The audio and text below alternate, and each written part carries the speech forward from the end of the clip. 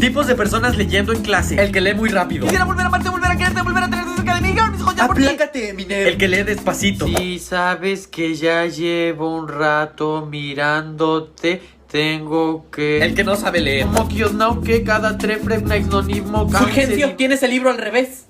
El que habla muy bajito. Sí, fue como la Segunda Guerra. Lee más fuerte. ¡Ay, ahí voy, vieja mandona! El distraído. El abdomen de Bárbara de Regil es falso y aquí tenemos todas las pruebas. ¿Ese no es el libro? El que confunde palabras. Fue entonces que la reina de Inglaterra zurró. Dice susurró. Ah. La siguiente palabra es carbón, para que no te vayas a confundir. Ok. La que no se le entiende nada. No entendemos lo que dices, Rosalía. ¿Tú te has creído que te iba a llorar?